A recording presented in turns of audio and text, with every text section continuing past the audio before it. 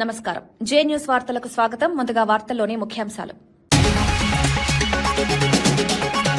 జగన్పై దుష్ప్రచారం చేస్తున్నారన్న కారుమూరి వ్యాఖ్య, చంద్రబాబు అబద్దాలు బయటపడుతున్నాయన్న ఆరోపణ, లడ్డూ అంశంలో వైఖరిపై విమర్శలు, అసత్య ప్రచారం మానుకోవాలన్న మాజీ మంత్రి. 80% మున్సిపాలిటీలు కాంగ్రెస్ సొంతమన్న గౌడ్. నిజామాబాద్ లో విద్వేషాల మధ్య 6 సీట్లు గెలుపు. ఉమారాణి మేయర్ కావడం కాంగ్రెస్ వల్లనేనన్న వ్యాఖ్య, పట్టణాభివృద్ధికి కట్టుబడి పనిచేస్తామన్న హామీ. లడ్డూ వివాదంపై చంద్రబాబుపై వేణుగోపాలకృష్ణ విమర్శలు, మత అంశాలను రాజకీయాలకు వాడొద్దన్న హెచ్చరిక, భక్తుల విశ్వాసాన్ని దెబ్బతీయొద్దన్న మాజీ మంత్రి, అబద్దాలతో ప్రజల మనసులు గాయపరిచారన్న ఆరోపణ.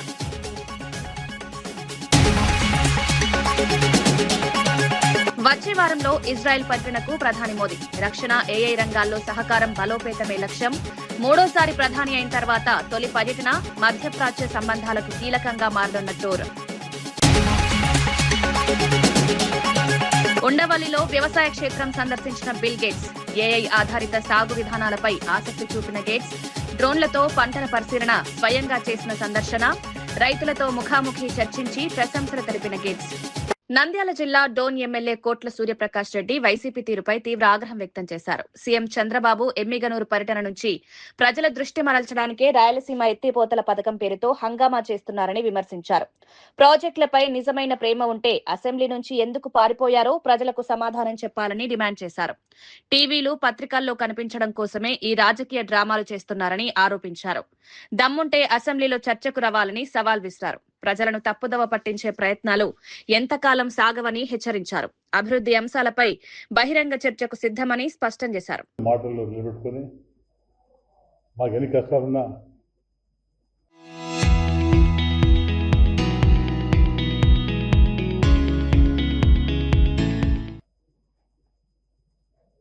కేంద్ర సహకారంతో మేము ముందు పోతున్నాం. అందులో భాగంగా మన బడ్జెట్ కూడా మేము రూపొందించాం. అలాగా అన్ని వర్గాలకు, పంచాయతీ కానీ, మైనారిటీస్ కానీ, ఎస్సీలు కానీ, బీసీలు కానీ, అన్ని కులాలకు కూడా అందులో కలుపుకొని బడ్జెట్ అలాగా చేశాం. దీనికని ఒక ఎత్తు ఒక రాయలసీమానిగా ఈ పొద్దుటి బాగున్న మద్రాసు వెళ్ళిపోతే కొంచెం ప్రాంతం కడప, అలగడ్డ ప్రాంతం పోతాయి. సరే, దాన్ని ఐ నాట్ అగ్రీస్ దట్, పోల్సిందే. కానీ మనకు రాయలసీమకు అనంతపూర్, కర్నూలు, అనంతపూర్, చిత్తూరు బాపడాలంటే నేనుగా మనకు కొంత ప్రాజెక్ట్ కట్టాల్సిందే నా డిమాండ్. తాగునీరు సమస్య కానీ మీరుగా ముఖ్యంగా రాయలసీమలో పెండింగ్ ప్రాజెక్ట్ కూడా కంప్లీట్ చేస్తాను. తాగునీరు ముఖ్యంగా తాగునీరు కావాలి. ఆయన స్పీచ్లో క్లియర్ చెప్పాడు, నీళ్లు వేసిపోతున్నాయి.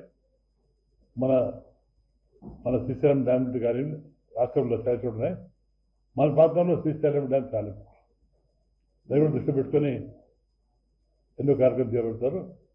ఇది చాలా మంచి బడ్జెట్, అంతా కూడా సంతోషపడతారు. నా డిమాండ్ ఏమంటే ఇందులో భాగంగా మేము తెలిసి మీరు ముఖ్యమంత్రి గారు 6వ తారీఖు ఎమ్మెల్యేకి వస్తే 5వ తారీఖు మన వైకాపా మిత్రులు రాయలసీమ ఎత్తిపోత పథకం కిందపై నాకు హంగామా చేయాలి. అంటే చంద్రబాబుకు అగ్నిష్గా పేపర్ వస్తుంది, పెద్ద ఎత్తున వీళ్ళు ఉండవల్లిలోని వ్యవసాయ క్షేత్రాన్ని ముఖ్యమంత్రి చంద్రబాబుతో కలిసి gates foundation chairman bill gates సందర్శించారు. ప్రకృతి సాగు ఉత్పత్తులను పరిశీలించిన గేట్స్ కు అధికారులు రాష్ట్రంలో అవలంబిస్తున్న ఏఐ ఆధారిత సాంకేతికత విధానాలను వివరించారు. డ్రోన్ల సహాయంతో పంటల్లో చీడపీడలు నివారిస్తున్న విధానాన్ని పొలంలోకి వెళ్లి స్వయంగా పరిశీలించారు. అనంతరం రైతులతో ముఖాముఖి చర్చించి వారి అనుభవాలను అడిగి తెలుసుకున్నారు. మహిళా రైతులు స్థానిక వంటకాలతో అతిథులను ఆత్మీయంగా స్వాగతించారు. వ్యవసాయ రంగంలో సాంకేతిక వినియోగంపై గేట్స్ ప్రశంసలు వ్యక్తం చేసినట్లు సమాచారం.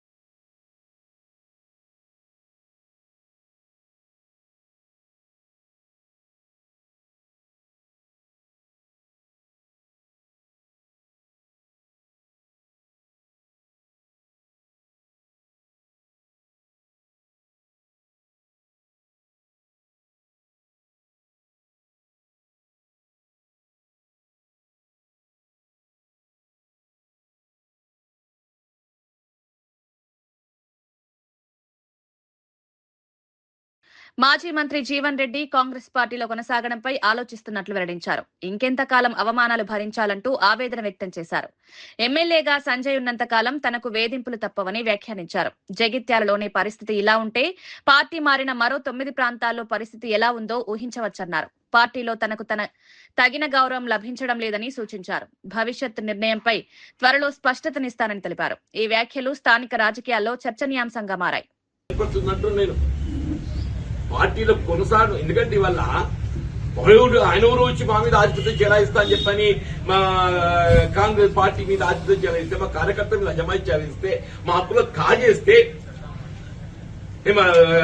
కాంగ్రెస్ కార్యకర్తల యొక్క హక్కులను కాపాడలేక ఏం చేయాలి నేను?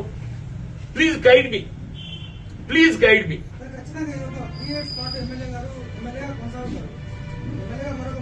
డెఫినెట్లీ అదే అందుకే బాధపడుతున్నావు అంటున్నా నేను. ఇప్పుడు ఈ శోభ ఇది ముగింపు కాదు అంటున్నా నేను. ఇట్లా ఈ విధమైన ఈ వేధింపులు ఈ వేధింపులు సహిస్తూ ఎంతగా కొనసాగగలుగుతామా? నాకు నేను ఏదైతుందో, నా మనోవేదన ఏదైతుందో ఎక్స్ప్లెయిన్ చేస్తూ అసలు కెన్ ఐ కంటిన్యూ ఈ వేధింపులు భరించగలుగుతానా? ఎంతకాలం భరించగలుగుతా? దీని పరిష్కారం ఏంటి అని నేను ఊహించలేకపోతున్నాను.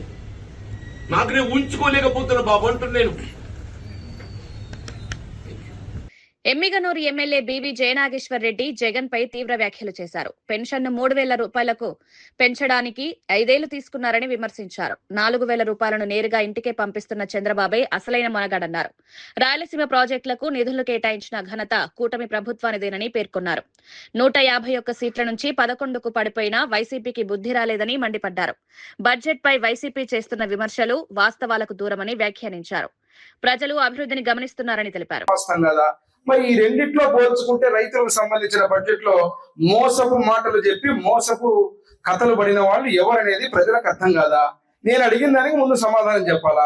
గతంలో వ్యవసాయానికి సంబంధించినటువంటి మీరు చెప్పిన మాటలు మేము చేసింది ఈరోజు కార్యరూపకంగా చేసి పత్తి కొనుగోలు గాని, అదే రకంగా ఇక్కడ ఉన్నటువంటి ఏదైతే ఉల్లి గాని నష్టపోయిన రైతులందరికీ కోట్ల రూపాయలు ఇచ్చి 300 పెట్టి 1,200 ఖర్చు పెట్టిన వాడు మొగోడా? లేకపోతే ఏదైతే 880 కోట్ల రూపాయలు 5 ఏళ్లకు మీరు ధరల స్థిరీకరణ చేస్తామని చెప్పి మాయ మాటలతో మోసం చేసిన వాళ్ళ మీరా? ఎవరు మోసం అనేది ముందు సమాధానం చెప్పాలి. ఈడ చేసిన వాళ్ళు చేయని వాళ్ళు ఏ రకంగా ఉందనేది స్పష్టంగా అర్థం కాదు. మీ మాయ మాటలతోటి ఈరోజు బడ్జెట్ ఏదో గారడి. ఇది నెంబర్ 1. నెంబర్ 2, 250 పెన్షన్ పెంచడానికి 5 సంవత్సరాలు సమయం తీసుకొని దాంట్లో 1 సంవత్సరం ఎగ్గొట్టి 3,000 వేయడానికి 30 పల్టీలు కొట్టిన నువ్వా? లేకపోతే ఒక మాట చెప్పిన తర్వాత 4,000, 10,000, 15,000 నెల బటన్ నొక్కడమే కాకుండా ఇంటికొచ్చి పెన్షన్ ఇచ్చి నిద్ర లేపి ప్రతి ఒక్కరి దగ్గరికి పోతున్నటువంటి మగాడు ముఖ్యమంత్రి నారా చంద్రబాబు నాయుడు గారు దమ్మున్న ప్రభుత్వం కాదా? ఎవరు మోసపోయి? మరి ఈరోజు నీ దయ వల్ల పరిస్థితి ఎట్లా ఉందంటే, ఎక్కడైతే హౌస్ మ్యాపింగ్ అని పెట్టి గతంలో ముఖ్యమంత్రిగా చంద్రబాబు నాయుడు గారు ఉన్నప్పుడు ప్రతి పెన్షన్ కూడా అవ్వకు, తాతకు, వికలాంగుడుకు, ఆడామగా కాని వాడి ట్రాన్స్జెండర్లకు, ఒంటరి మహిళలకు కూడా పెన్షన్లు ఇచ్చేవాళ్ళం. నీ దయ వల్ల నువ్వు వచ్చిన తర్వాత మొత్తం ఇంటికి ఒకే పెన్షన్ చేసి సర్వనాశనం చేసి ఒక్క పెన్షన్ ఇవ్వకుండా పెంచుతూనే పోతానని చెయ్యెత్తి 5 ఏళ్ళు నువ్వు పెంచింది ఎంత? నువ్వు ఇచ్చింది ఎంత? మోసపూరితం నీదా, వైసీపీ పార్టీదా, లేకపోతే రాష్ట్ర బడ్జెట్ 5 కోట్ల మంది ప్రజల ఆకాంక్షలకు అద్దం పడుతోందని కదిరి ఎమ్మెల్యే కందికుంట వెంకట ప్రసాద్ అన్నారు. వికసిత్ 2047 లక్ష్యంగా అన్ని వర్గాల అభ్యున్నతికి ప్రాధాన్యమిచ్చిన బడ్జెట్ అని కొనియాడారు. ముఖ్యంగా సాగు రంగానికి 13,000 కోట్లు, బీసీ సంక్షేమానికి 50,000 కోట్లు కేటాయించడం శుభపరిణామమన్నారు. ఇది అంకెల గారడీ కాదని అభివృద్ధి సంక్షేమమే ప్రధాన ధ్యేయమని స్పష్టం చేశారు. వాస్తవాలు తెలుసుకోకుండా మాట్లాడుతున్న జగన్ బహిరంగ చర్చకు సిద్ధమా అని సవాల్ విసిరారు. ఈ బడ్జెట్ రాష్ట్ర అభివృద్ధికి మార్గదర్శకం అవుతుందని తెలిపారు. అర్థమయ్యే విధంగానే ఉంది ఈ డాక్యుమెంట్, విజన్ డాక్యుమెంట్స్ కూడా. ఈ విజన్ డాక్యుమెంట్ చూస్తే ఏదైతే ప్రధానమంత్రి నరేంద్ర మోడీ గారి ఆలోచన 2047 వికసిత్ భారత్ దిశగా అడుగులేయాలనే ఆలోచనతో కేంద్ర బడ్జెట్ రూపొందిస్తూ ఉంటే రాష్ట్ర ప్రభుత్వం ప్రవేశపెట్టినటువంటి బడ్జెట్ కూడా అందుకు అనుగుణంగానే వికసిత ఆంధ్రప్రదేశ్ 2047 విజన్ డాక్యుమెంట్ రూపకల్పన జరిగిన విధంగానే కనపడుతుంది. ఇది కేవలం ఒక బడ్జెట్ మాత్రమే కాదు, 5 కోట్ల ప్రజల అభిష్టం, వారి ఆలోచన, వాళ్ళ అవసరాలకు తగ్గట్టుగానే బడ్జెట్ రూపకల్పన జరిగిందని ప్రజలందరికీ కూడా సవినయంగా తెలియజేస్తాను. ఈ రోజున 3,32,205 కోట్ల రూపాయలతో ప్రవేశపెట్టినటువంటి బడ్జెటు ప్రైమరీ సెక్టర్ వ్యవసాయ రంగం అయితే కావచ్చు, అంతే స్థాయిలో సంక్షేమం అయితే కావచ్చు, బడుగు బలహీన వర్గాల వారి అభివృద్ధికి కానీ సంక్షేమానికి కావచ్చు, మైనారిటీల సంక్షేమానికి కావచ్చు, అభివృద్ధికి కావచ్చు, పెద్ద ఎత్తున రాష్ట్రంలో రోడ్ల రూపకల్పనకు కావచ్చు, నిధులు కేటాయించినటువంటి పరిస్థితులు అన్ని రంగాల వారిని ఆలోచన చేసి అన్ని రంగాల్లో అభివృద్ధి సాధించడమే కాదు, సంక్షేమం కూడా అమలు చేయాలనే కూటమి ప్రభుత్వం ఆశలకు సూపర్ 6ని మరింత విజయవంతం చేయాలనే ఆలోచనతోనే బడ్జెట్ రూపకల్పన జరిగిందని చెప్పేసి కూడా ఈ సందర్భంగా ప్రజలందరికీ కూడా తెలియజెప్తాను. వరకు 20 లక్షల నుండి 45 లక్షల రూపాయల వరకు ఉచిత బీమా కవరేజు కల్పిస్తూ గ్రూప్ పర్సనల్ యాక్సిడెంట్ ఇన్సూరెన్స్ పథకాన్ని కూడా ప్రారంభించినటువంటి పరిస్థితులు పోలీస్ శాఖ.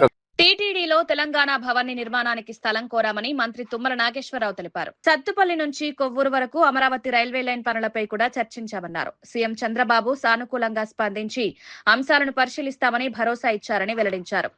తెలంగాణ భక్తులకు సౌకర్యాలు మెరుగుపరిచేందుకు భవన్ అవసరమని పేర్కొన్నారు. అభివృద్ధి ప్రాజెక్టులపై సమన్వయంతో ముందుకు సాగుతామని తెలిపారు. త్వరలోనే సంబంధిత ప్రక్రియలు ప్రారంభమవుతాయని ఆశాభావం వ్యక్తం చేశారు. యాక్సెప్ట్ చేశారు విభజన చట్ట ప్రకారంగా. కేవలం భద్రాచలం పట్టణం నుంచి మళ్ళీ తెలంగాణ రాష్ట్రానికి పోవాలంటే 5 గ్రామాల గుండా వెళ్లాల్సి వస్తుంది. 5 గ్రామాలు కూడా తెలంగాణలో కలపాలని చెప్పి రిక్వెస్ట్ చేశాం. ముఖ్యమంత్రి అయిన మొదట్లో కూడా చెప్పాము, డిస్కషన్స్లో వాటిని కూడా ఆలోచిస్తామని చెప్పారు. అదేవిధంగా తిరుమల తిరుపతిలో తెలంగాణ భవన నిర్మాణం కోసం స్థలం అడిగాం, అది కూడా సానుభూతితోటి పరిశీలిస్తామని చెప్పడం జరిగింది. రెండోది రైల్వే లైన్లకు సంబంధించి సత్తుపల్లి వరకు ఇప్పుడు రైల్వే లైన్లు అందుబాటులో ఉన్నాయి. దాన్ని కొండపల్లికి కానీ కొవ్వూరుకి కానీ మార్చుకోవాలంటే ఎక్కువ భూభాగం ఆంధ్రప్రదేశ్లోనే ఉంది. మా రాష్ట్రంలో నుంచి 10 కిలోమీటర్లు దాటితే తిరువూరు నుంచి కొండపల్లికి 50 కిలోమీటర్లోనే రైల్వే లైన్ కొండపల్లి కనెక్టివిటీ అవుతుంది. అప్పుడు బొగ్గు రవాణాకు కావచ్చు, వేరే రకమైనటువంటి రైల్వే ఉపయోగాలకి అమరావతికి అనుసంధానం అవుతుంది. ఆనాడు చుట్టూ తిరిగి వచ్చే పని లేకుండా నేరుగా సత్తుపల్లి నుంచి కొవ్వూరుకి, సత్తుపల్లి నుంచి అమరావతికి కనెక్టివిటీ వస్తుందని చెప్పాం. అది కేంద్ర ప్రభుత్వంతో మీరు సంప్రదించి ఆ 2 పనులు చేస్తే సింగరేణితోటి పాటు భద్రాద్రితో పాటు తెలంగాణ రాష్ట్రానికి అటు ఛత్తీస్గఢ్, జగదల్పూర్, మధ్యప్రదేశ్కి కూడా రైల్వే కనెక్టివిటీ వస్తుందని చెప్పి రిక్వెస్ట్ చేయడం జరిగింది. అదేవిధంగా 2 నేషనల్ హైవేలు ముఖ్యంగా పెండింగ్లో ఉన్నాయి. జగ్గయ్యపేట నుంచి కొత్తగూడెం వైరా తల్లాడ మీదుగా అది పెండింగ్లో ఉంది. ఎక్కువ భూభాగం ఆంధ్రాలో ఉంది. అదేవిధంగా ఏలూరు నుంచి కొత్తగూడెనికి ఆ జాతీయ రహదారు 2 అయితే భద్రాద్రి పుణ్యక్షేత్రానికి ఆంధ్రప్రదేశ్కి అనుసంధానం అవుతుంది. భద్రాద్రి ఆలయానికి ఆంధ్రప్రదేశ్ రాష్ట్రంతో కనెక్టివిటీ బాగా వస్తుందని చెప్పి రిక్వెస్ట్ చేశాం. అదేవిధంగా అశ్వారావుపేట మండలంలో ఉమ్మడి ఇరిగేషన్ ప్రాజెక్ట్ ఒకటి ఉంది, పెదవాగు ప్రాజెక్ట్ అని. అది 16,000 ఎకరాలకు సంబంధించినటువంటి ప్రాజెక్టు. అయితే విభజన చట్టంలో కుక్కునూరు, ఏలేరుపాడు మండలాలు ఆంధ్రాకి రావటం మూలాన 14,000 ఎకరాల ఆయకట్టు ఆంధ్రాలో ఉంది, 2,000 ఆయకట్టు మాత్రమే తెలంగాణలో ఉంది. ఆ ప్రాజెక్టు అంతకుముందు వర్షాల్లో బ్రీచ్ అయింది. ఆ రిపేర్కి జాయింట్ ప్రాజెక్టు కాబట్టి 2 రాష్ట్రాలు ఉమ్మడిగా దాన్ని రివైవ్ చేయాల్సిన పరిస్థితి ఉంది. అది కూడా ఎక్కువ భూభాగం, ఎక్కువ ఆయకట్టు ఆంధ్రాది ఉంది కాబట్టి దాన్ని కూడా 80% మున్సిపాలిటీలను కాంగ్రెస్ కైవసం చేసుకుందని టీపీసీసీ చీఫ్ మహేష్ కుమార్ గౌడ్ తెలిపారు. నిజామాబాద్ లో ఓటు శాతం తగ్గించేందుకు కుల మత విద్వేషాలు రెచ్చగొట్టిన ఎంఐఎంపై పోటీ చేసి 6 సీట్లు గెలిచామని పేర్కొన్నారు. నగరాభివృద్ధి దృష్ట్యా ఎంఐఎం సహకారం తీసుకున్నామని వివరించారు. పేద స్థాయి నుంచి వచ్చిన ఉమారాణి మేయర్ కావడం కాంగ్రెస్ వల్లే సాధ్యమైందన్నారు. ప్రజల నమ్మకాన్ని నిలబెట్టుకునేలా పట్టణాభివృద్ధికి కట్టుబడి పనిచేస్తామని స్పష్టం చేశారు. అభివృద్ధి దృష్టిలో పెట్టుకొని ఎన్నికలైన తర్వాత ఎంఐఎం సహకారం తీసుకోవడం జరిగింది. కాంగ్రెస్ పార్టీ రేవంత్ రెడ్డి గారి నేతృత్వంలో ఇస్తున్నటువంటి అభివృద్ధి ఫలాలు, సంక్షేమ ఫలాలు నిజామాబాద్ పట్టణానికి కూడా రావాలని, ఆ దశగా ఇక్కడ అభివృద్ధి జరగాలని ఎన్నికల ముందు ఎంఐఎం మీద పోటీ చేసినప్పుడు కూడా ఆ పోటీ చేసి మేము 5 సీట్లు గెలిచినాం ఎంఐఎం మీద. కానీ పోస్ట్ ఎలక్షన్ తర్వాత నిజామాబాద్ అభివృద్ధి దృష్టిలో పెట్టుకొని ఎంఐఎం సహకారం తీసుకోవడం జరిగింది. అదేవిధంగా టీఆర్ఎస్ నుంచి గెలిచిన ఒక సభ్యుడి సహకారం తీసుకోవడం జరిగింది. ఇలా 34 ఓట్లతో, అంటే 3 ఓట్ల మెజారిటీతో ఇలా కాంగ్రెస్ మేయర్ కూరగాయల ఉమారాణి గెలపడం జరిగింది. ఒక చిన్న స్థాయి, బీద స్థాయి నుంచి వచ్చినటువంటి ముదిరాజ్ మరియు పెరక కులానికి చెందినటువంటి ఉమారాణి ఇలా మేయర్ పీఠం అధిరోహించిందంటే ఇది కాంగ్రెస్ పార్టీలోనే సాధ్యమవుతుంది. ఒక బీద కుటుంబంలో పుట్టినటువంటి ఉమారాణి వాళ్ళ మేయర్ని కాంగ్రెస్ పార్టీ చేయగలిగిందంటే నిజమైనటువంటి పేదల పెన్నిది కాంగ్రెస్ పార్టీని చెప్పక తప్పదు. ఇలా బీసీలకి నిజామాబాద్ మేయర్ పట్టం కట్టబెట్టి, అదే రకంగా చాలా మున్సిపాలిటీలో బీసీలకి అవకాశాలు ఇచ్చి మేము 42% రిజర్వేషన్ ఇవ్వాలనుకున్నప్పుడు బీజేపీ అడ్డు పలిగినప్పటికీ కూడా మేము పార్టీ పరంగా ఇవాళ దాదాపు 50% మున్సిపాలిటీసు బీసీలకు ఇచ్చి బీసీల పట్ల మాకున్న ప్రేమను చాటుకోవడం జరిగింది.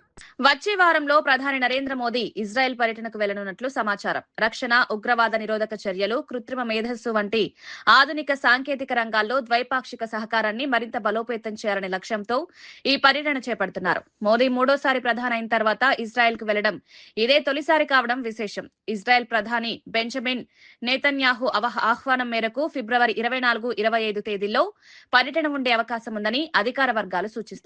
రక్షణ రంగంలో సంయుక్త ప్రాజెక్టులు, సాంకేతికత మార్పిడి అంశాలు చర్చకు వచ్చే అవకాశం ఉంది. మధ్యప్రాచ్య దేశాలతో భారత సంబంధాలను మరింత బలోపేతం చేసే దిశగా ఈ పర్యటన కీలకంగా మారనుంది. జగన్ పై జరుగుతున్నదంతా దుష్ప్రచారమేనని మాజీ మంత్రి కారుమూరి నాగేశ్వరరావు అన్నారు. చంద్రబాబు చెప్పిన అబద్దాలు ఒక్కొక్కటిగా బయటపడుతున్నాయని వ్యాఖ్యానించారు. జగన్ ప్రభుత్వ కాలంలో అప్పులపై, ల్యాండ్ టైటిలింగ్ యాక్ట్ పై, ఇప్పుడు లడ్డు అంశంపై అప్పట్లో ఒకలా ఇప్పుడు మరోలా మాట్లాడుతున్న విషయాలను ప్రజలు సోషల్ మీడియాలో పక్కపక్కనే చూస్తున్నారని తెలిపారు. వాస్తవాలను వక్రీకరించి ప్రజలను తప్పుదోవ పట్టించే ప్రయత్నాలు జరుగుతున్నాయని ఆరోపించారు. ప్రజలు నిజానిజాలు గ్రహిస్తున్నారని చెప్పారు. రాజకీయ లాభం కోసం అసత్య ప్రచారం చేయడం తగదని విమర్శించారు. నిజం చివరికి బయటపడుతుందని స్పష్టం చేశారు. జరిగింది ఒక ఆడ గొంతుకు మాట్లాడవలసిన పలుకులు కాదవి. అలాంటి మాట్లాడినా ఒకటి చేయి నరికేస్తానన్నా, మరి లా లా లా లా రకరకాల మాట్లాడినా, ఎవరైనా ఉప్పు కారం తినేవాళ్ళు మాట్లాడారు. కానీ నేను విన్న దాన్ని బట్టి ప్రకారం వాళ్ళు ఎవరైతే అన్నారో వాళ్ళని తిడటం జరిగింది. చంద్రబాబు నాయుడు గారు కావాలంటే రమ్మనండి అన్నాడు, కానీ ఆయన తిట్టినట్టు కాదు.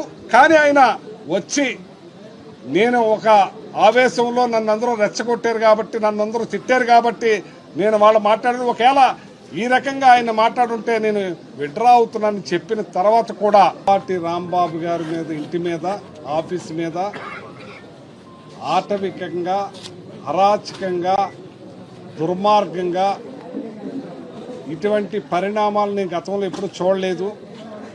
ఆ రకంగా విధ్వంసాన్ని సృష్టించి మరి పెట్రోల్ బాంబులు వేసి ఇల్లుని తగలబెట్టే కార్యక్రమం, మీరు ఏ రకమైన పరిపాలన చేస్తున్నారు? ఏ రకంగా దీన్ని తీసుకెళ్లాలనుకుంటున్నారు? ఈ రాష్ట్ర ప్రజలు మీకు ఏమని ఇచ్చారు? మీకు ఈవీఎంలు ఇచ్చారో, ప్రజలు ఇచ్చారు. మీరు చేసి, ఇది ప్రజాస్వామ్య దేశం, ప్రజలకు అనుగుణంగా మీరు చేయాలి. ఇది మీరు రాచరికం కాదు. మీరు ఆర్డర్ వేస్తే ఆర్డరు, మేము ఎంతకైనా అమ్మేస్తాం, రూపాయి పావలాకి ఇస్తాం, ఊరికినే ఇస్తామంటే ఇది ప్రజాస్వామ్య దేశం. ఈ ప్రజాస్వామ్య దేశంలో ప్రజలకు అనుగుణంగా మరి ల్యాండ్ ఆర్డర్ను కాపాడుకుంటూ, ప్రజలను కాపాడుకుంటూ మరి ఈవేళ ప్రతిపక్షం మాట్లాడతారు. మీరు మాట్లాడలేదు అబద్దాలు. 3,32,00,000 కోట్లు అప్పు చేస్తే జగన్మోహన్ రెడ్డి గారు 14 లక్షల కోట్లన్న ఈ చంద్రబాబు నాయుడు గారు అబద్ధం కాదా అది? మీరు ఎన్ని రకాల బురద చిమ్మారు, ఎన్ని రకాల అల్లరి చేశారు. ల్యాండ్ టైటిలింగ్ యాక్ట్ మీ ఇష్టానుసారంగా జగన్మోహన్ రెడ్డి గారి మీద రుద్దేసి మళ్ళీ అదే కొనసాగిస్తున్నారే. ఇవాళ మీరు ఎన్ని అబద్ధాలు చెప్పారు. ఇవాళ పీపీపీలో పెట్టేశానన్నారు 18 ఏళ్ల అమ్మాయికి 1500 రూపాయలు. ఇది అబద్ధాలు కాదా? మీరు 3000 రూపాయలు లేకపోతే 20 లక్షల ఉద్యోగాలు ఇస్తున్నారు. ఇది అబద్ధాలు కాదా? దానికి మరి ఏంటి? దానికి మీ సమాధానం ఏంటి అని అడుగుతున్నాను నేను.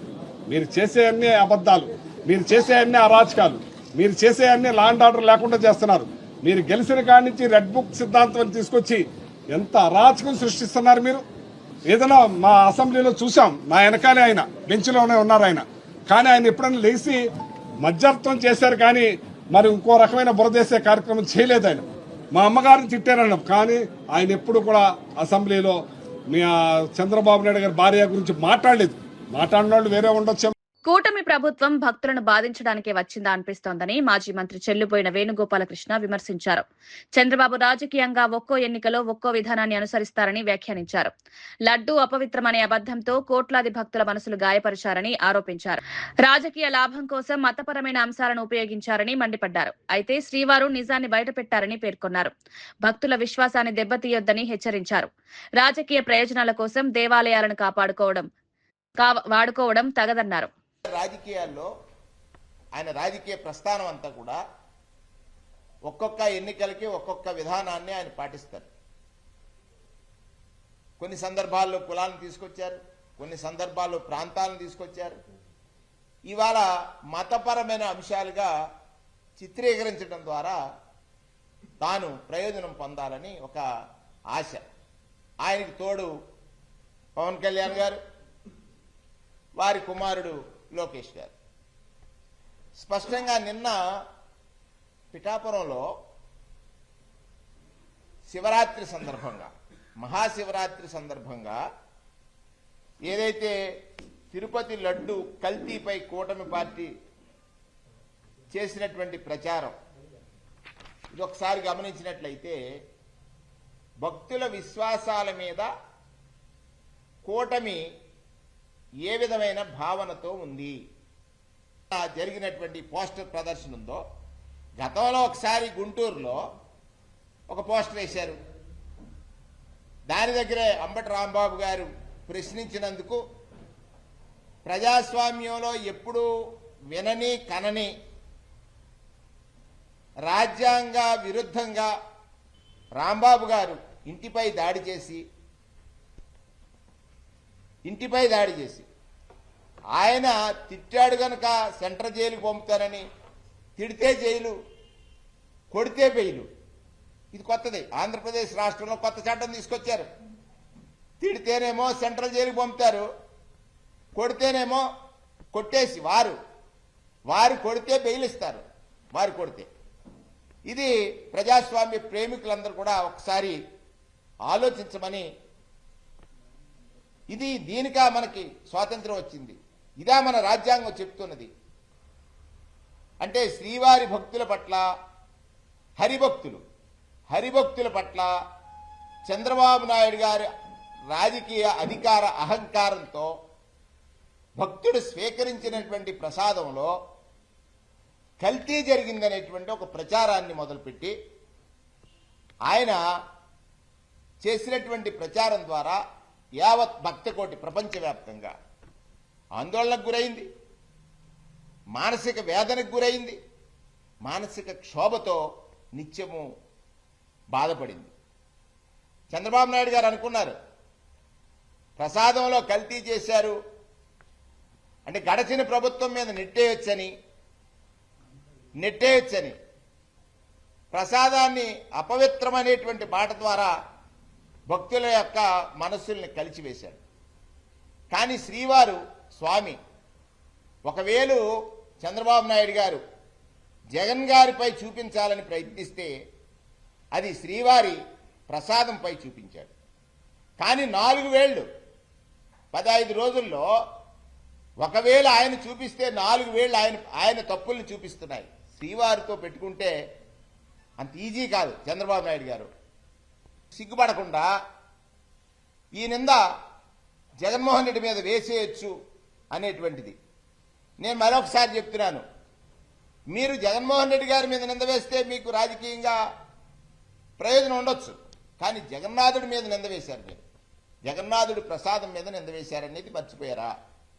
జగన్నాథుడు అంటే శ్రీమన్నారాయణుడు. తిరుమల లడ్డూపై రాజకీయం చేసి ప్రయోజనం పొందాలని ఈ కూటమి ప్రభుత్వం చేసినటువంటి కుట్ర. జగిత్యాలలోని శ్రీనివాస థియేటర్ ను నటుడు అర్జున్ తన కుమార్తె ఐశ్వర్యతో కలిసి సందర్శించారు. సీతాపయనం చిత్రాన్ని ప్రేక్షకులతో కలిసి వీక్షించారు. థియేటర్ కు వచ్చిన అభిమానులు అర్జున్ తో సెల్ఫీలు దిగేందుకు పోటీ పడ్డారు. అభిమానులతో స్నేహపూర్వకంగా ముచ్చటించిన అర్జున్ వారి ప్రేమాభిమానాలకు కృతజ్ఞతలు తెలిపారు. సినిమా బృందానికి శుభాకాంక్షలు తెలియజేశారు. థియేటర్ వద్ద సందడి నెలకొంది. అభిమానుల హర్షధ్వానాల మధ్య కార్యక్రమం సాగింది.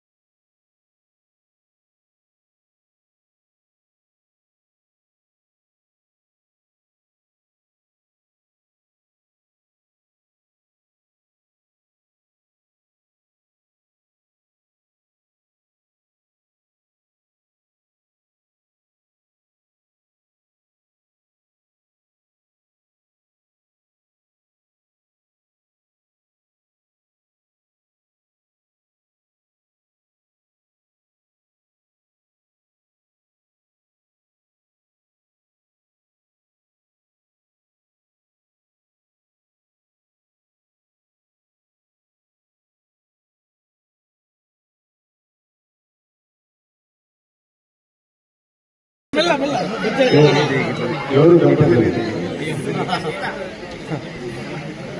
అందరికీ నమస్కారం అండి. పిక్చర్ నచ్చిందా? ఏం నచ్చింది? ఎవరు చెప్పండి, ఏం నచ్చింది?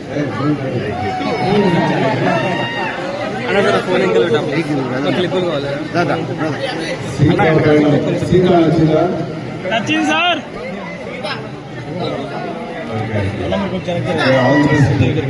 ఇక్కడ కొండగట్టుకు వచ్చాను.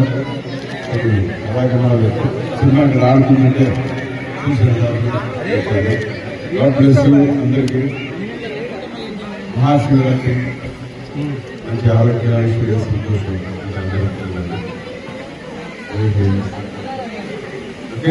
వార్తలు ముగించే ముందు ముఖ్యాంశాలు మరోసారి. జగన్ పై దుష్ప్రచారం చేస్తున్నారన్న కారుమూరి వ్యాఖ్య. చంద్రబాబు అబద్దాలు బయటపడుతున్నాయన్న ఆరోపణ. లడ్డూ అంశంలో వైఖరిపై విమర్శలు. అసత్య ప్రచారం మానుకోవాలన్న మాజీ మంత్రి. 80% మున్సిపాలిటీలు కాంగ్రెస్ సొంతమన్న గౌడ్. నిజామాబాద్ లో విద్వేషాల మధ్య 6 సీట్లు గెలుపు. ఉమారాణి మేయర్ కావడం కాంగ్రెస్ వల్లనేనన్న వ్యాఖ్య. పట్టణాభివృద్ధికి కట్టుబడి పనిచేస్తామన్న హామీ. లడ్డూ వివాదంపై చంద్రబాబుపై వేణుగోపాలకృష్ణ విమర్శలు. మత అంశాలను రాజకీయాలకు వాడొద్దన్న హెచ్చరిక. భక్తుల విశ్వాసాన్ని దెబ్బతీయొద్దన్న మాజీ మంత్రి. అబద్దాలతో ప్రజల మనసులు గాయపరిచారన్న ఆరోపణ.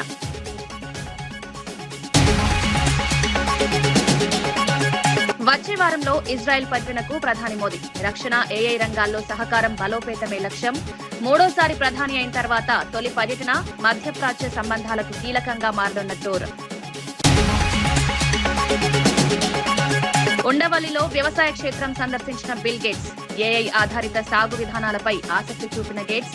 డ్రోన్లతో పంటల పరిశీలన స్వయంగా చేసిన సందర్శన. రైతులతో ముఖాముఖి చర్చించి ప్రశంసలు తెలిపిన గేట్స్. ఇవి ఈనాటి వార్తా విశేషాలు. మరో బులెటిన్లో మళ్ళీ కలుద్దాం. నమస్కారం.